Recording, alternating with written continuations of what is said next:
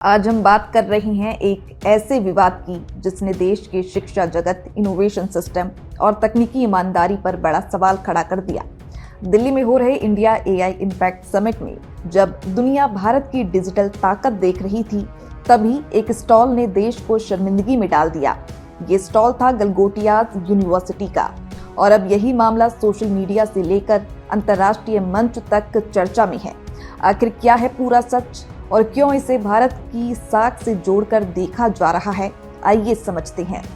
विवाद की शुरुआत होती है एक रोबोटिक डॉग और एक सॉकर ड्रोन से।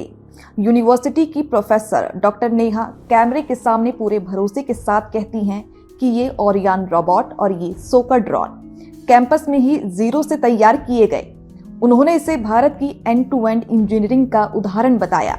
लेकिन जैसे ही ये वीडियो सोशल मीडिया पर वायरल हुआ, टेक एक्सपर्ट्स ने इसकी पोल खोल दी। जांच में सामने आया कि जिस रोबोट को देसी इनोवेशन बताया जा रहा था, वो असल में चीन की कंपनी यूनिटरी रोबोटिक्स का GO2 मॉडल है, और जो सॉकर ड्रोन दिखाया गया वो पहले से बाजार में उपलब्ध विदेशी मॉडल निकला। यानी कि जिस प्रोजेक्ट को मेड इन इंडिया कहा गया वो असल में इंपोर्टेड टेक्नोलॉजी थी। जब सोशल मीडिया पर मामला गरमाया और अंतर्राष्ट्रीय स्तर पर आलोचना शुरू हुई, तो यूनिवर्सिटी ने यू टर्न ले लिया।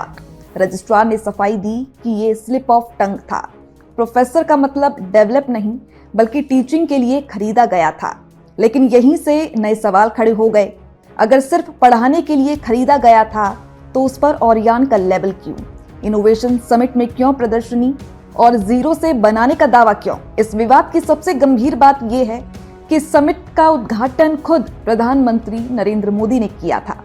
यानी कि पूरी दुनिया के सामने भारत की तकनीकी छवि दांव पर लगी थी, अनजाने में ही सही। लेकिन इस एक गलत दावे ने मेक इन इंडिया और डिजिटल इंडिया जैसे अभियानों पर सवाल खड़े कर दिए। भारत को मजाक बनने का मौका मिल गया। यूनिवर्सिटी के छात्र भी नाराज हैं। छात्रों का कहना है कि उन्हें पहले से पता था कि रोबोट बाहर से आया है, लेकिन मंच पर गलत दावा करना गलत था। विवाद बढ़ने के बाद यूनिवर्सिटी का स्टॉल एक्सपो से हटा दिया गया।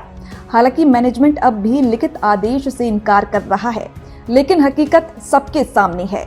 ये मामला सिर्फ एक यूनिवर्सिटी का नहीं है, ये सवाल है हमारे एजुकेशन सिस्टम की साख का, हमारी रिसर्च कल्चर का और हमारी ईमानदारी का।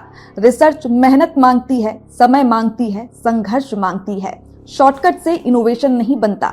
किसी और की टेक्नोलॉजी पर अपना स्टिकर लगाकर आप दुनिया को ज्यादा देर तक धोखा नहीं दे सकते। टेक्नोलॉजी के दौर में सच देर सवेर सामने आ ही जाता है। तो सवाल अब यही है, क्या सिर्फ माफी काफी है या जवाबदेही तय होनी चाहिए? क्या ऐसे मामलों पर सख्त कार्रवाई जरूरी है?